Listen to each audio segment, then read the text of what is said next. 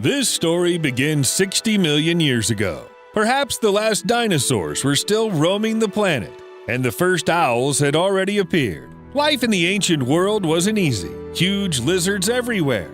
Then the meteorite, extinction, famine. But owls adapted to everything and began to live happily. And it went on for quite a long time, until 36 million years ago, when they appeared.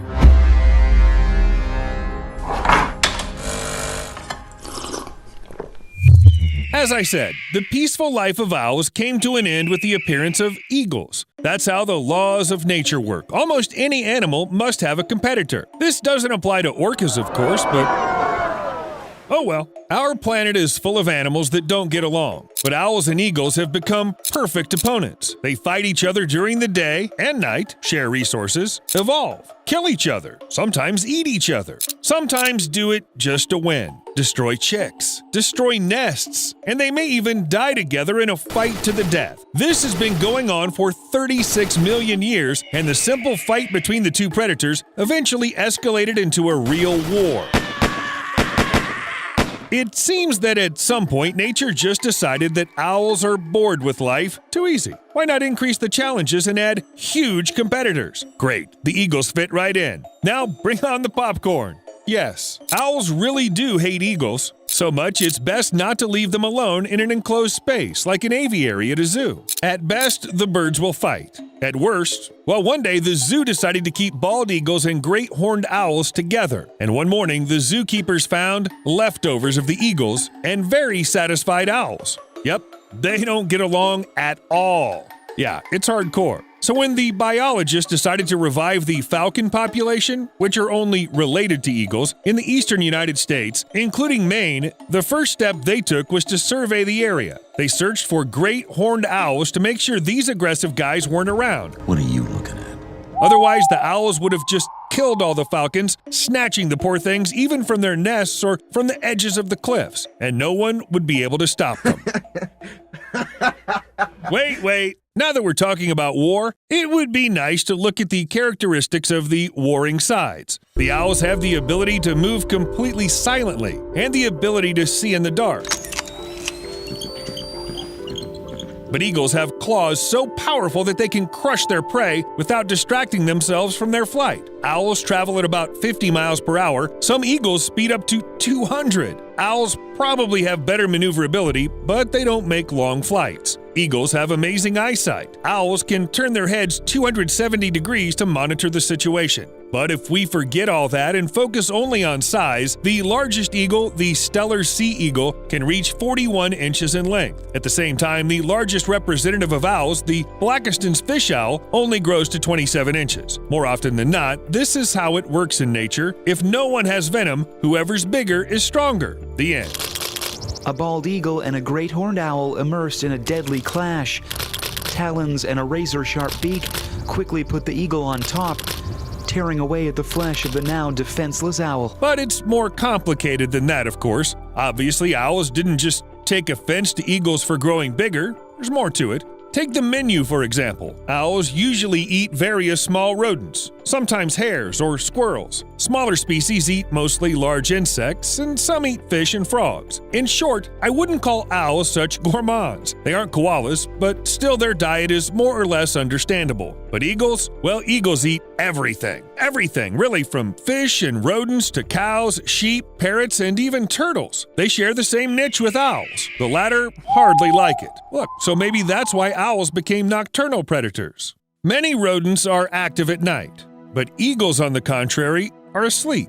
And owls can safely hunt whatever they want to eat without fear of competition. Perhaps because they had to share their niche with other mega-voracious feathered raptors, owls simply didn't have enough food, so they quickly evolved and lost size at the same time. Some scientists believe that owls, like many other animals, were much larger in ancient times than they are today. The climate was different, the air was clean, gophers didn't have any GMOs, but it seems that since the appearance of eagles, owls have seriously diminished. Maybe the night mode didn't do them any good after all, and they couldn't find anything really nutritious. In fact, not every creature faced with competition would have found a way out. Many animals and birds, which today can be found only in history and biology textbooks, failed to cope with nature's challenge. Once the amount of food was reduced, they were like,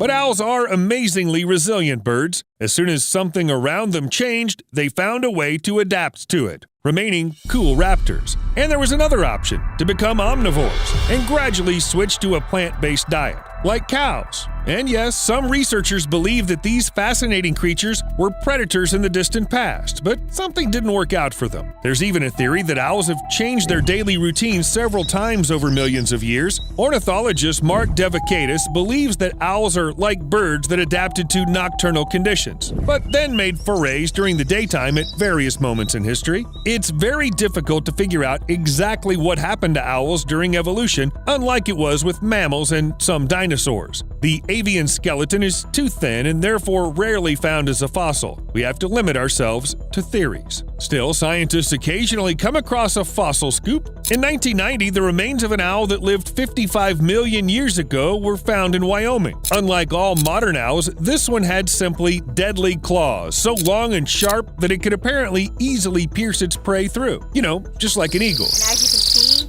those are very huge talons. Those talons could cause serious damage. Modern owls prefer to use their beaks, but their great-great-grandparents seem to have been somewhat similar to their bitter enemies. I wonder why owls had to give up such long claws. What, did eagles patent them? Eagles can be called the younger brothers of owls. If you look at their, shall we say, genealogical tree, it becomes clear that they are, in a sense, descended from a common ancestor. Perhaps we could even conventionally call them cousins. Now take your pick of who of them is Dudley Dursley. Wake up, cousin! We're going to the zoo! Are you familiar with the situation when some not-so-close friend comes to visit without asking? Get up. What? Near my seat.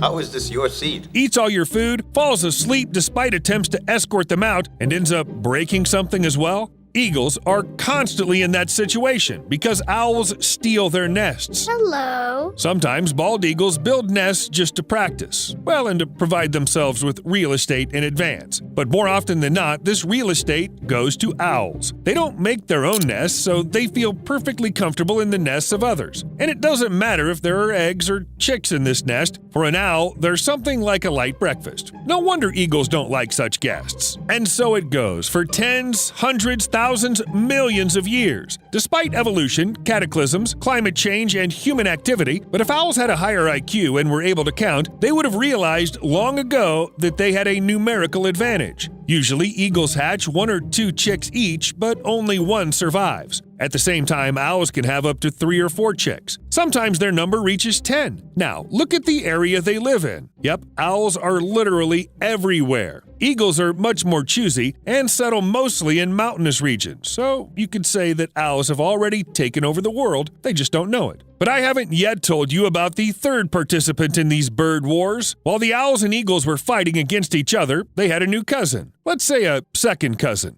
a crow. Unlike their older cousins, whose relationship is like a multi-year war, crows behave with owls about the same way hyenas do with lions. They are natural enemies on a genetic level, though they don't usually cross paths. But if that does happen, crows will peck, annoy, and follow the owl, sometimes to death. A sleeping owl discovered during the day can be killed by a flock of angry crows, and owls that find crows at night will do the same. Oh, the crow's still alive, dude.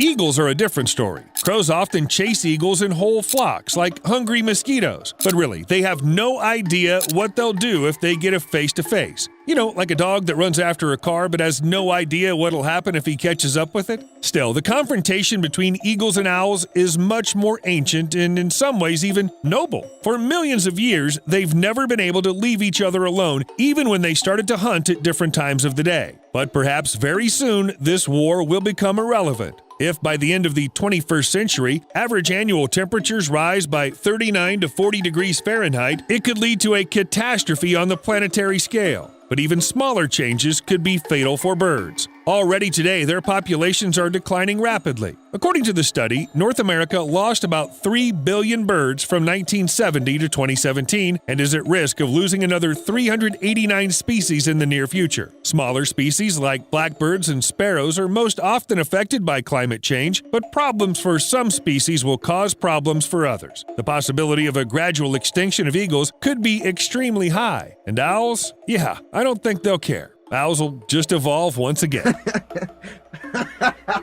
See you later.